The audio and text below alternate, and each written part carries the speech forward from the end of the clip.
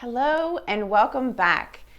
This week's episode was an interview that I did with Amanda Capps, and she became a widow at the young age of 24 when her children were only 3 years old and 3 weeks old. Her husband Erik was killed in a freak accident and was hit by a person that was driving a truck, and they had a diabetic episode, and he was killed instantly on the side of the road. So Amanda became a very young widow, and at the time, she was surrounded by friends and family, and she had a lot of support. In this interview, we talk about how she purchased the property right next to her parents and had her in-laws help her build a dream house. And then how she subsequently met the year after that, she met her now husband, Justin, and they have gone on to have 6 more children. So they have a total of 8 kids. And she talks to me about how much her life has changed and how much she's grown as a person. She ended up starting a Facebook group in 2017 to help support other widows. And she talks to me in the interview about how this Facebook group has grown to more than 5,000 people and how much it's helped her heal and how much it's changed her life.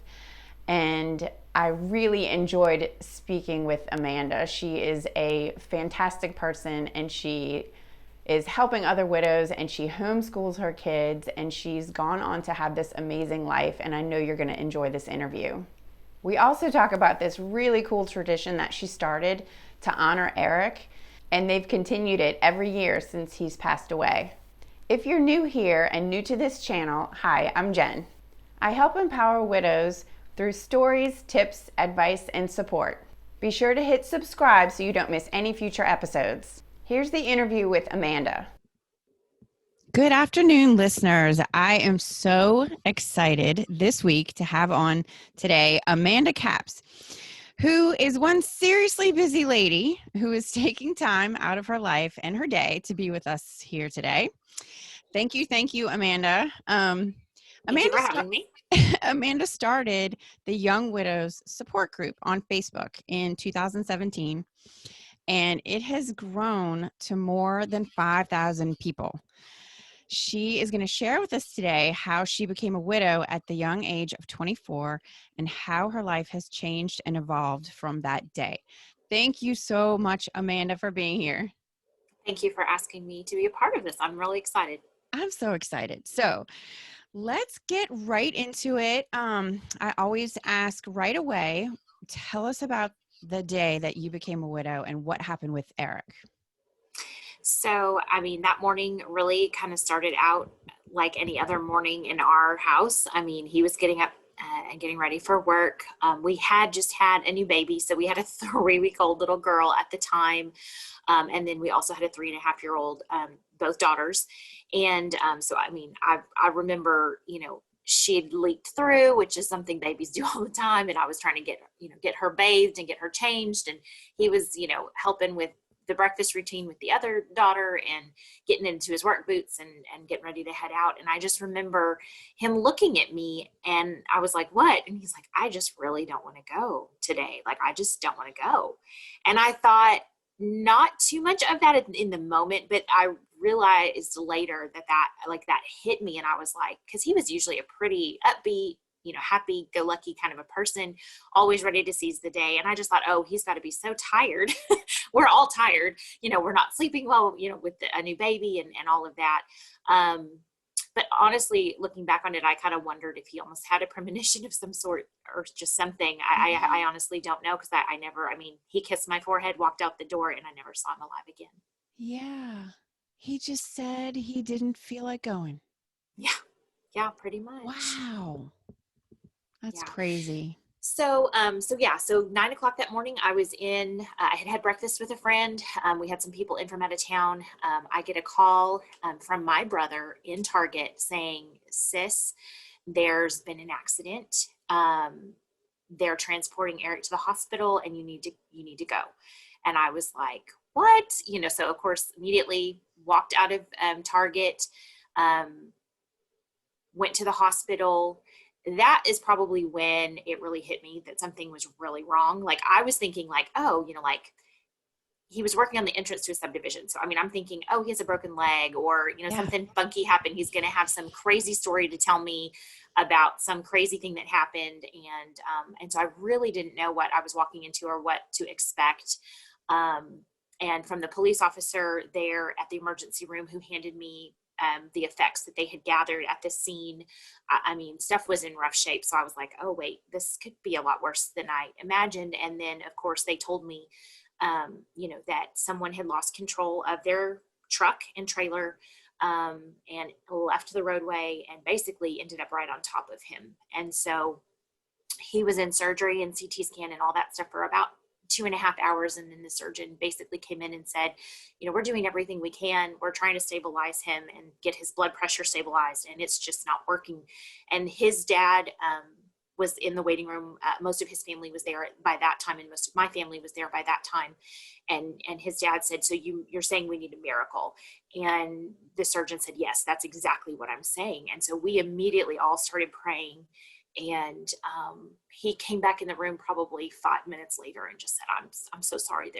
There's nothing we could do. We lost him. I was gonna ask you because okay, so he was working on the entrance to a subdivision, and it was off of a kind of a busy highway. Right. So Yep. this truck that was coming along, this person you said had a diabetic episode. Yeah, he had a So medical issue. it was Yeah. so it was a medical issue. It wasn't like he was drinking and driving, and No. this was yeah. Okay. He probably, I mean, the reality is he probably shouldn't have been driving that morning. I mean, his blood sugar was low, and they administered glucose at the scene, which I found out later. I mean, like these were all things that I found out Oh. later. A bystander, obviously he was very shaken up by what happened, but he was definitely not, should not have been driving. And we worked very hard to get his license taken away. We couldn't do that through the court systems, unfortunately. But we did find out that not very long after that accident, he did end up having a stroke, which did remove his ability to drive. Oh my gosh. Okay. Because I was going to ask you, what are the legal ramifications? Like, what can you do if it's something like that? It was Unfortunately, an not a lot. accident, but Yeah, then I mean, it, yeah, on the one hand, yes. yes, You but want to say, oh, it was just an accident. On the other hand, you're like, wait a minute. If you knew you were compromised, what in the world were you doing driving? yes. So that was definitely a hard piece of it, for sure. As a matter of fact, I think after the entire, court situation, he got a $250 ticket for careless and prohibitive driving. That was the best that the legal system Wow. could do in the circumstances. Wow. That's it. Yep. That is it. That's really unfortunate. It definitely felt like a failure of the system for sure, from our Yes. perspective. Oh God, Absolutely. yes, absolutely. How long were you and Eric married? We were together for 8 years. We were married just shy of 5. Okay. And you said your little girls were 3 and 3 weeks, Yes, ma'am. Mhm. baby babies. Yes. And then you were only 24 at that Yes, time. ma'am. Yeah, I got married at 19. So yeah, I mean, I was really young too. He was only 26. I mean, that's now that I'm like facing 40, I'm like, that is ridiculously young. Like it just gets younger and younger every year. Right, because your 3-year-old is now 18. Yes. And yeah, And the that's 3-week-old is 15, just turned 15. that Yeah. is a weird feeling, I'm sure. Very, very. But so at that time, this was 2006, and you were telling me, like, I mean, did we even have Facebook back then? Like, there wasn't anything. There was No, there wasn't a MySpace, you lot. said, right? I don't even There was, yeah, I remember. think we were, yeah, still in MySpace days, and so we're dating ourselves there for sure. But yeah, I mean, there really wasn't anything. And then even locally within the community, I mean, I think a few of the churches might have had like a grief share, type Oh of yeah. thing. But again, um, being a mama with young kids, I mean, it wasn't, and a nursing baby at that, it wasn't like I could really leave my kids and go, avail myself of those resources. So they're really, or the people that were involved in them, I mean, they were much older than I was, and they really didn't have a relatable way, for me to get anything, out of it. I mean, I know. yeah, it was, There it was, it wasn't was a, tough to find resources. yes. You said there were, and back then I'm thinking too, like there was some books that people gave you and that's what you had to turn to. But then Yep. did you have time to read a book? I mean, I don't know. Anyway. Some, I mean, here and there. I mean, Yeah. really, honestly, just my friends and family are really who came alongside of me. My faith obviously got me through, and then I couldn't just pull the covers over my head and stop. I I know. had an infant that needed me, and so I was nursing every 2 hours and taking care of a very heartbroken and active 3-year-old who wanted to understand what was going on and was very angry and felt like somehow he had left us on purpose, and trying to explain to her that he didn't have a choice, that this was not something that daddy did on purpose to hurt us, that it just, we have to understand that God needed him, home, and it was really the opportunity. I mean, you hear growing up, if you grew up in a Christian foundation, you hear that the Lord gives, the Lord takes away, blessed be the name of the Lord. Well, this is where it was like, okay, do you really believe that?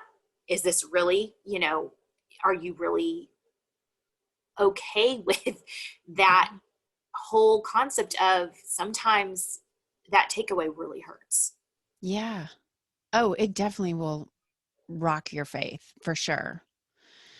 Yeah. Um, but you said you had a good relationship with your in-laws.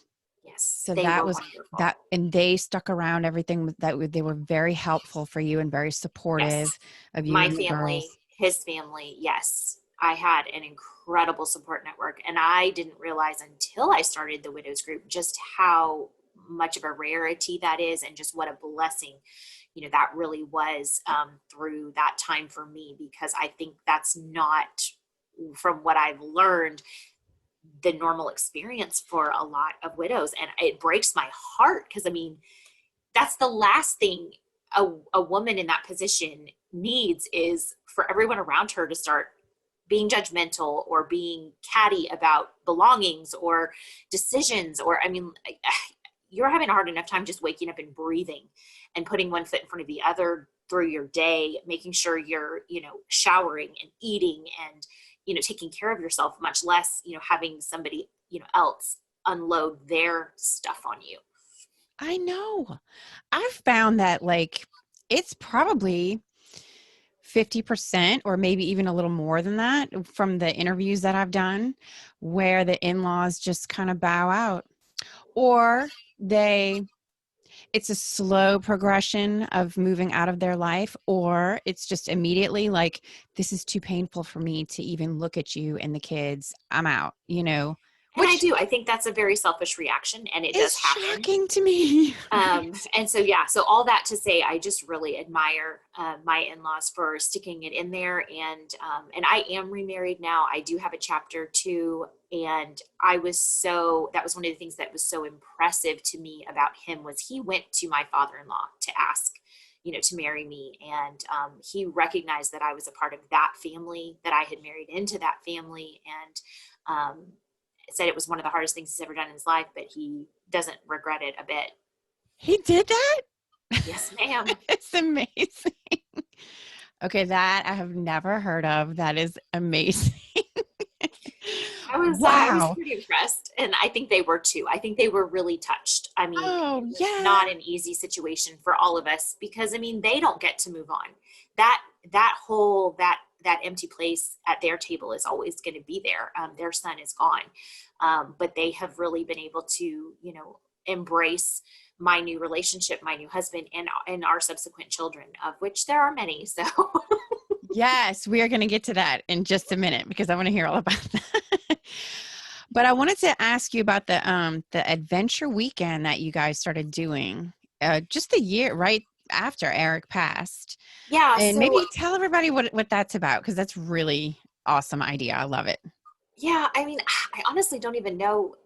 exactly how that idea sparked, other than I knew I didn't want that memorial time over the anniversary of his death to be a downer. I didn't want it to be a depressing, you know, time for our family.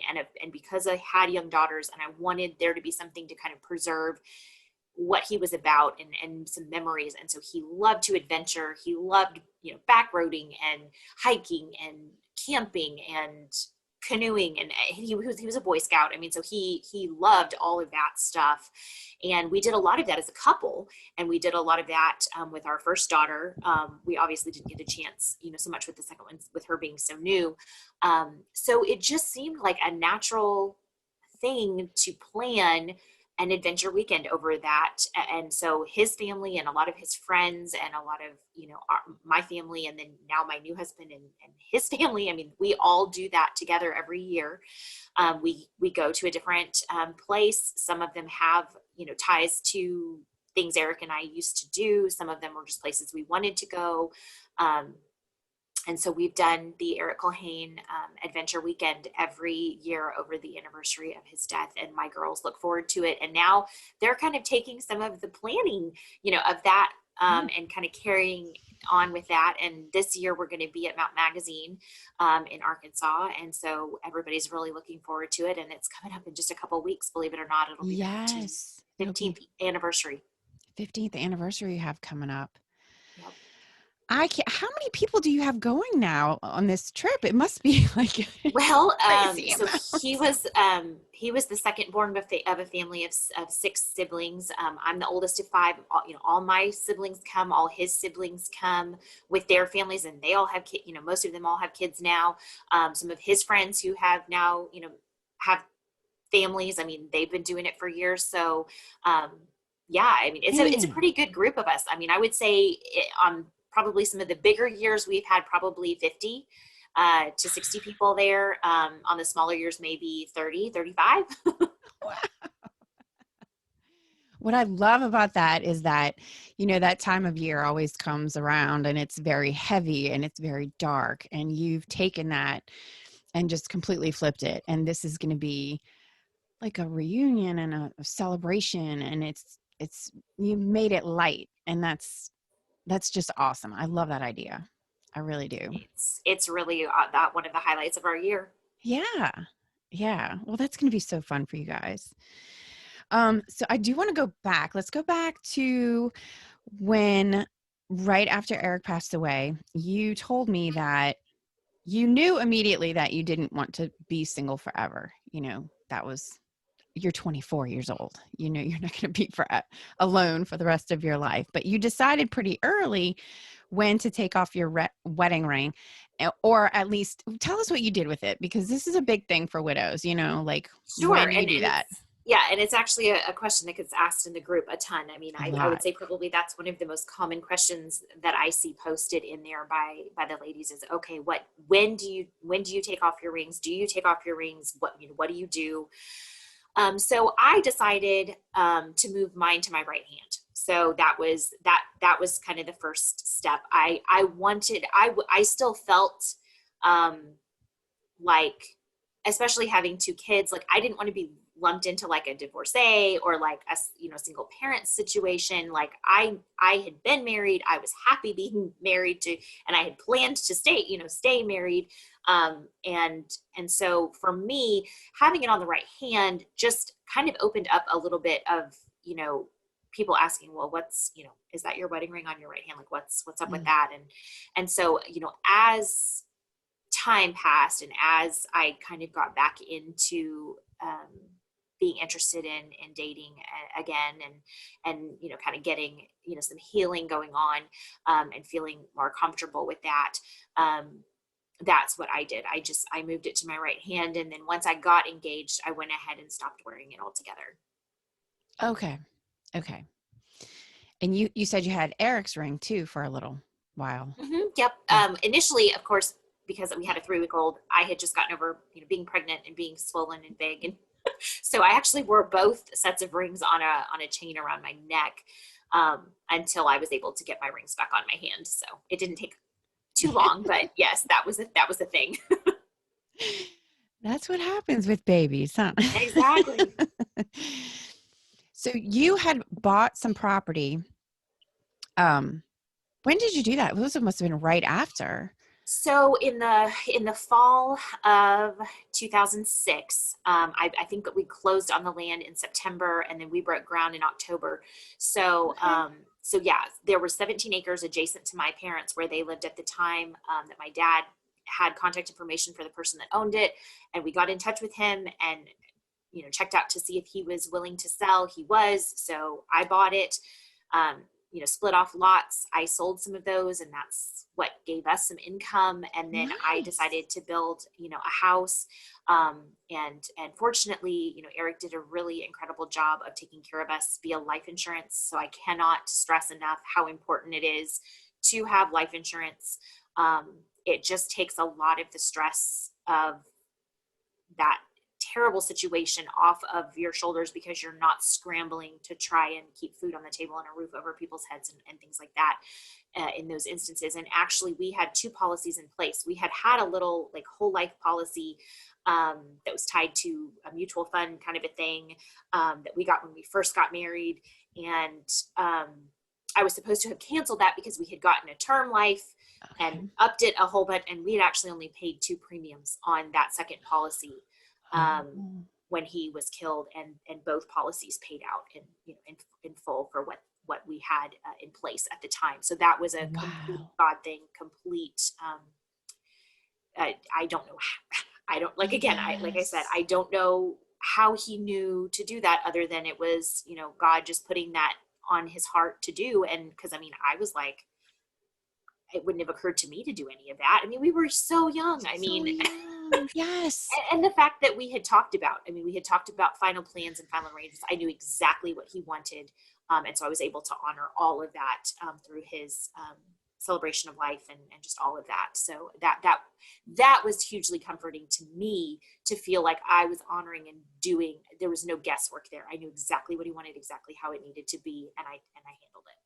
Wow. Wow. You had all of these things in place. Thank God. Yes. Oh my gosh. And so his dad, is actually a builder, and his brother and he were working together at that time. And so, they actually are the ones that built our home, for the girls and I. And I feel like that was a huge blessing, and gave them something that they could kind of put a lot of their grief into a positive and forward motion, and kept them kind of going, through that process, for us. And we lived in that home, for 13 years. Yes. Oh my gosh. Okay. So I want to hear about the day that you met Justin. Um, I want everybody to hear this story. So- So this was a funny story. So I actually met him through my brother-in-law and sister, and they were working together. They worked at a furniture store here locally called Brashears, and my brother-in-law told me, because I was building this house, and of course I didn't have a lot of furniture. He's like, "Hey, we do this annual sale. You should come. You should buy furniture for your house." And so I did. And so Lance showed up to deliver. And so he gets there, and I'm hugging him and saying hi. And he's like, where do you want us to put all, this and all that? And we're trying to get that all squared away. And I hear this voice behind me, and this guy's voice is, "Where's my hug?" And I'm like, spin around, and there's this huge, like, hunky, muscly 6'4" with like these sparkling blue eyes. And I literally, my jaw dropped. I blushed to the roots of my hair. I was like speechless, which is not something I normally struggle with. And I just was like, I couldn't even talk. Like, I was just sputtering, and it was really embarrassing. And anyway, we got the furniture delivered, we got it all situated, and I just thought, well, that is just fantastic. And I called my sister later that afternoon, and I was like, who was on route with Lance, today? Like, that was crazy. And she's like, oh, well, that's Justin. He's been in a, long-term relationship, and they're probably going to get married. And I was like, oh, okay, no worries. And I just kind of blew it off and put it out of my mind. Well, so, then later that night I dreamed about him, and I made the mistake of telling my sister, who told my brother-in-law, who told him. So that was embarrassing. And he and his girlfriend actually ended up breaking up about 6 months later. And we went on our first double date. And basically, yeah, 4 months later to the day we got married. Love that. I think that's hysterical. I can't believe, but I still can't believe they told him. I mean, Yeah, I was not really happy with that. It was no. Oh my God. Okay. So that was 18 months or so after Erik had passed away. Yep. Now, did you feel like dating at all before you met Justin, or was like he the So only one?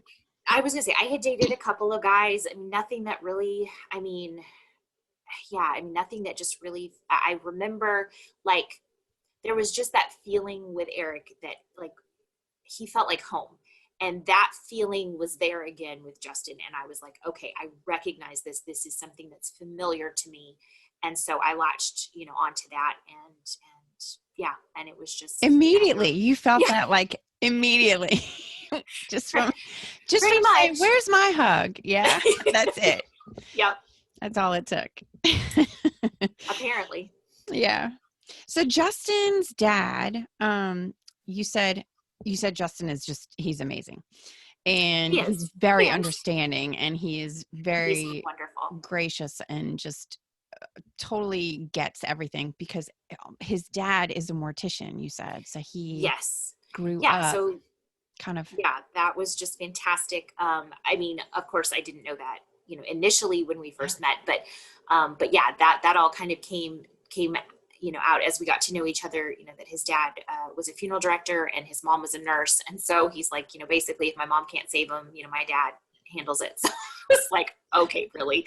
But the great thing about it was he did have a really good understanding of what grief and grieving families look like. And so he was able to come into that situation and really just be very selfless in like it wasn't about him at all. And he understood if we had bad days or if I had a day that I was just off or having, or if the girls even, there have been times where certain things have cropped up with them and we've done, grief counseling at different times with them. And we've done, things that we've needed to do to keep everybody healthy and healing and moving forward. He's been incredibly supportive. And sometimes he's just been a big shoulder to cry on. So he stepped right in and took over that dad role right away then. Yeah, He he was had good never with been that. married. Yeah, he had never been married before, so it was his first marriage, and of course, it was my second marriage, and so yeah, I mean, he immediately stepped into being a husband and a dad to two very It's still in wounded little diapers, girls. right? Yeah, yeah. No, Elsie was about 18 months at that time, and Cassie was she actually turned 5 a week after we got married. All right. So that was 2007, November of 2007 when you guys Yep. got married. Yep. And then how many kids do you guys have now? Oh boy. So we actually have 6 together. So we have 8 total. So we're a blended family of 8. We had a daughter and then a son and then a daughter and then 3 sons. And then I've also I actually had a loss between Cassie and Elsie with my first husband. And then I've also had 2 losses with Justin. And so I've actually been pregnant a total of 11 times, but eight kids. Wow. So that adds those added, a different layer of loss. I mean, that's the thing. I mean, grief is one of those things and loss is one of those things. It comes at you in a lot of different ways in life. Like you're not going to go through life without some sort of loss, without some sort of opportunity to walk a grief journey. But it can look very different and it can be added to or compound what's already going on. So it's good to be aware of how to deal with those things in a healthy way. Right. Right. So, and you homeschool. Yes, ma'am. Just wanted to throw that in there too. Love spending all that time with my kids. I mean, I do get those parents who are like, how do you do that? And I'm like, one day at a time. We do it one day at a time. And it works. It does. It works for our family. Some of my kiddos have some learning challenges. And so it helps me to feel like they're getting the best of what they need one-on-one. it's just really worked for our family. And I've been super blessed to have a work from home kind of job where I can be here with them. And that's really what I always wanted. I mean, I always wanted a big, loud, happy family. And that's exactly, I mean, not always on the happy. I mean, sometimes things get a little chaotic, and sometimes I'm like, okay, I may have priced straitjackets on Amazon a time or two, but I've never bought. So, Not yet. but yeah, for the most part, they are literally just the joy of my life. Oh God, how fun is that? You and I had talked about yesterday how sometimes our mind plays these crazy tricks on us with grief, and how it was for you. I was asking you how it was when the time passed that you and Erik were married. So it was about 5 years. And then you were married to Justin, when it got to that 5-year mark.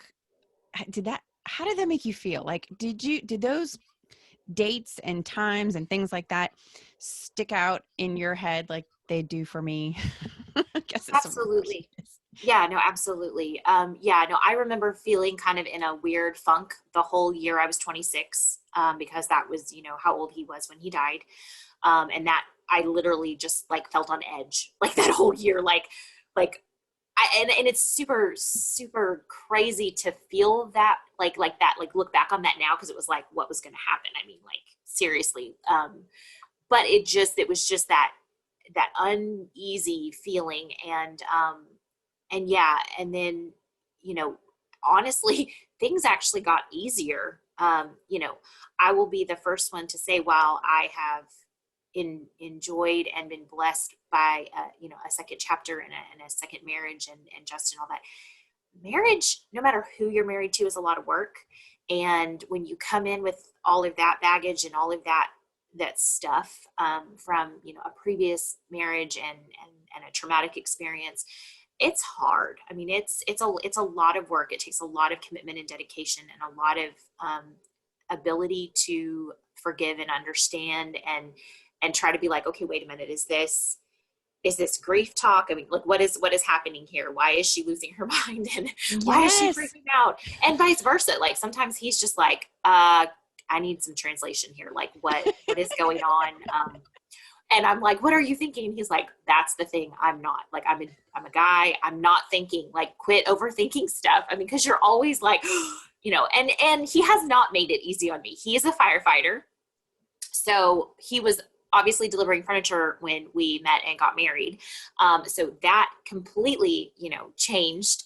He changed career paths, and I'm like, wait a minute, now you're leaving me at night and you're going into burning buildings. The chances of me being a widow again are astronomical, and I don't love it. Like, I'm just like, what are you doing to me, sir? This is not good for my mental health. No, I'm proud of him. He's a hero in my eyes, and he does things that, most ordinary people couldn't handle, and he's great at it. And I love that about him. And I love being able to support him in that, but it's definitely posed its challenges for sure. Oh, yes. Oh my goodness. So I was just going to relate a different story with mine when Penelope turned 2 years and 9 months. That's my little one from my second marriage. So when she turned 2 years and 9 months, that was the same age that Claire's dad, my husband, Brent, passed away. And so there was like this build up to that day. And it was like, once I got to that day, I was like, oh my gosh, this is how old she was when her dad passed away. And it's these weird things that just come up like that. Yeah. And it'll affect you for like a whole week, like you're just kind of building up to these days in your head. It's just a weird feeling. Anyway. And sometimes it's interesting because, like, with my girls, like, sometimes we'll all just be kind of in a weird thing. And then it's like, it'll like all hit us at the same time. Like, oh, like, we're coming up on this anniversary, or, oh, we're coming up on that. And it's, and all the events, like all the graduations and weddings, and like all of those are kind of overshadowed by just kind of this little bit of a bittersweet. Like, you're happy and you're so, excited and happy for somebody. And yet there's just that little bit of bitterness of, he should be here for this. He's missing this. Yeah. And so it's always kind of got that dynamic, that bittersweet dynamic going on. And nobody but other widows understands that. Nobody. I know. And you just had that because your oldest just graduated high school. Yes. So Yes. That again, was a weird feeling. I mean, I've been with Justin for 13 years. We'll celebrate 14 years this fall. And as much as I love him, and he was sitting there and he was beaming with pride, which he has every right to do. I mean, he's invested heavily in this girl's life. I mean, she's been there. I just wanted her dad to be there. I just did. I know. It doesn't go away. Nope. It's not gonna. It changes. Grief changes. Time changes grief, but it never goes away. Right. No. You did tell me too that there was a couple of not strange moments, but coincidental moments. Like you met a woman at a conference. What happened with that situation? Was it just, and you guys just started talking, and then it's like this. Yeah, I mean, it just, so then your stories kind of come up, and then she's like, well, I was widowed, and you're like, what? And you're like, and then I tell my story, and so we that has been such an amazing thing, just the way the Lord has orchestrated meeting people and bringing people into my life. And that's honestly one of the things I love so much about my job. I've actually encountered a ton of widow and widowers through my work, who are continuing to homeschool their kids. And the company that I work for actually happens to have a widow and widowers grant that we discount the materials for them. And so being able to come alongside them and provide that has been just amazing. That's probably one of my favorite things. And so the Lord just brings them. I mean, it never fails, that I find out some of their story, and they share these little golden nuggets that are just amazing. And, one lady shared with me, she's like, oh, once you get past, that point of being married, as long as, or past the point, that things will get easier, and you'll find your groove, and you'll kind of hit your stride. And it was totally accurate. And then another woman said, you're going to see maybe a little bit of an identity crisis with your, girls when they hit about 18, because they're trying to figure out who they are, and they're, launching, and they're becoming adults, and they're trying to figure out, what parts are their dead father, and what parts are their stepdad, and just all of that. And they're just trying to figure that out and figure out who they want to be. And that has certainly been, something that I've noticed, especially this last year for my oldest daughter, just some things and different talks and different struggles, that she's had, and just, it never stops for them either. And that process continues to kind of happen, and they continue to grow and deal with, things. But you got these little nuggets of information from people right at a Yeah. moment when you need to hear it. Yep. It's crazy how that works. It is. It's pretty amazing. But I do want to go back to what you were just saying about this grant that's offered for the homeschool. Tell us a little bit about that. So we have, through my company, so I work for Demi Learning, and they're based out of Pennsylvania. They produce Math UC, Spelling UC, analytical grammar, and building faith families. And so, we actually have a discount for widows and widowers that are continuing to homeschool their kids after the loss of a spouse. And so we offer that discount, and I've been able to walk alongside a lot of our customers to offer that. And I love that. I love that about it. Wow. Obviously, because it's a little near and dear to my heart. Absolutely. That is amazing. I love that. So tell us about the Facebook group and the origin of the Facebook group, and when did you start it, and why did you start it, and all of that story. Absolutely. So one of the Erik Memorial Adventure Weekends, my brother and sister-in-law brought a couple, Margaret and Josiah, and we got to know them, and they were just this fun, outgoing, incredibly delightful couple. And I had no idea that they would end up walking a similar scenario. They were expecting their first child, and Margaret went into their kitchen and found Josiah collapsed on their kitchen floor. They were not able to revive him. She ended up going into labor and having their little girl 24 hours following his death. And I told my brother, like, I will be there. So we, got in the car, we went to the funeral. I wanted to be there to support her. And I started looking again, because it was like, oh, I should look and see what's out there now. Because like with the internet and Facebook and all this, there's got still nothing. Like I was like, there were some widow and widower groups, but there was nothing specifically geared towards young widows. And I thought, well, then by golly, I'm, this many years down the road, and I've got some things I can offer, and I can set up this and have some structure and hopefully, come alongside some people and help give back. This is my opportunity to do that. And so that's when the Young Widows support group was born. And so I ended up, adding my sister-in-law, who added Margaret, and that's how it started. And now we are over 5,000 members strong. And I'm watching the COVID widows trickle in, we've got 9/11 widows, and we've got military widow, and we all scopes, all things, illnesses, accidents. The whole gamut, and we're all in there together supporting each other. 2017, right? So just, not that long Not ago. that long ago. Yeah. And you said, okay, so 5,000 people, roughly, a little over. How do you feel like that Facebook group has helped you? Is it just because you feel like you're in a good place now and this is how you can turn around and serve others? And has it helped you in some of your healing? Sure. So part of it is that, for sure. But part of it is really still supporting me in a lot of ways. I shared a post about my daughter graduating and just saying, look, this is the conflicting emotions that I'm feeling right now. This is how this day is hitting me. And it's just, there's something so cathartic about people chiming in and being like, I get it. I feel ya. And, I understand where you're coming from. And then even widows who maybe had already graduated kids and been through that experience were encouraging me. And so, I definitely get as much out of it as I put into it, for sure. Absolutely. Yeah. Yeah. What are some of the most shocking things that people post that you can think of?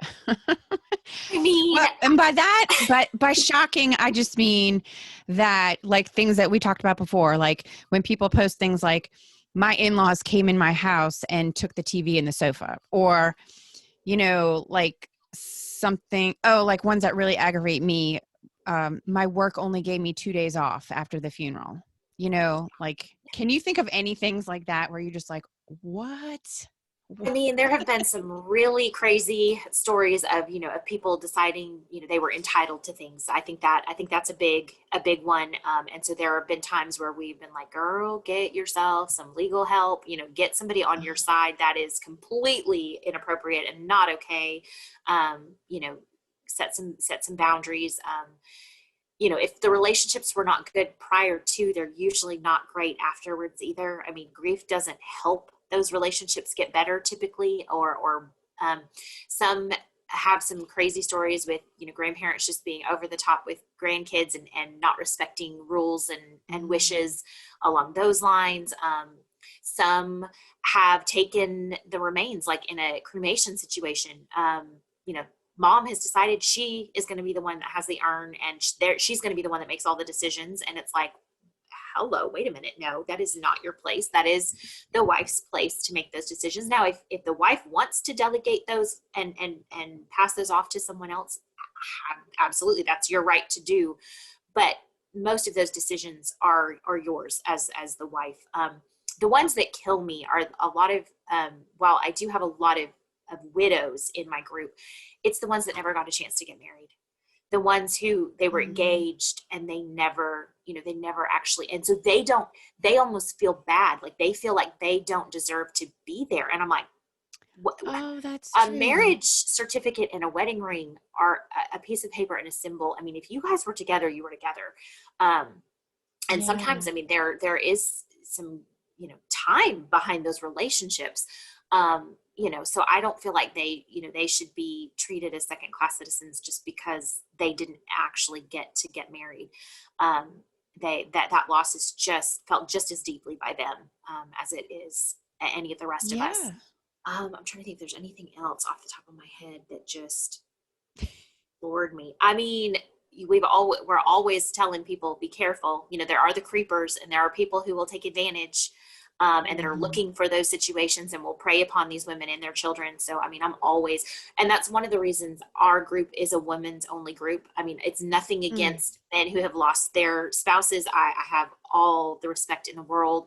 I just wanted to make it an incredibly safe place. And so we vet our members very closely. I monitor and approve all posts. I mean, anything that looks even remotely sketchy, let me tell you, they don't get past the front door. So. Yeah, that's good. That's really good. So I want to kind of wrap up a little bit here. I know you're super busy. What is some advice, and I know you've given some advice already throughout this interview, but what's some advice that you can give to new widows? I mean, I would say, if you don't have life insurance in place, if you do not have a will in place, if you have not made, final arrangements, do it. The more of that load that you can take off of your kids and your family. Obviously, you just experienced literally the worst case scenario in your own life. Don't add to that by not having your ducks in a row. I mean, my husband loves to say I hustled him, from the altar to the life insurance, company. And that like the ink wasn't even dried on our marriage license before I was pulling out a policy. And I'm like, dude, I'm not taking any chances. Like that is just not even negotiable. And so he likes to laugh about that, but I'm just like, it's just too big of a deal. And I've had so many of my couple friends, they're like, what should we do? I'm like, life insurance, will do it. I don't want to hear any excuses. You're being irresponsible if you don't. I think that's so true. Take time for yourself. Self-care. I mean, a lot of times you're acting as both mom and dad. You're walking alongside grieving children. You might have pets that are grieving. You might have family members, his family. I mean, like I said, grief is heavy, and you really do have to find ways to, recharge and make sure that you're taking good care of yourself. And, sometimes that just looks like getting a shower and a hot meal. Sometimes that's, taking a vacation. Sometimes that's, having somebody come in and watch your kids, having somebody, available at a moment's notice. If you're just having a hard day and just need to not be alone, that there's nothing wrong with that. If you need to get on medication, it never occurred to me to drink or smoke or, take drugs or, or do any of that stuff. I mean, I don't know. That never occurred to me, but I know that there are people who self-medicate and who spend years, doing that because they don't want to feel. It's so important to get into somebody and work through, those issues. And sometimes this trauma can bring up old trauma from other things. So do work through those with a professional, get the help and the support that you need.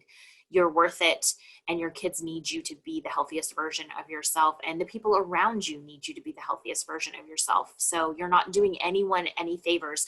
If you don't, it will come. It'll pop up in crazy other ways and ways down the road.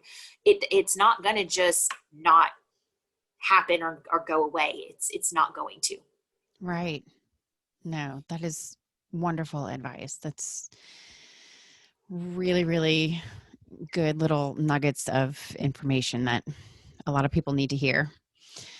But Amanda, you are awesome and so inspiring. And I can't thank you enough for coming on today to share all of your wisdom and thoughts with us. So tell us again, what's the name of the Facebook group so people can check that out? It's the Young Widows Support Group. And like I said, we're right on Facebook.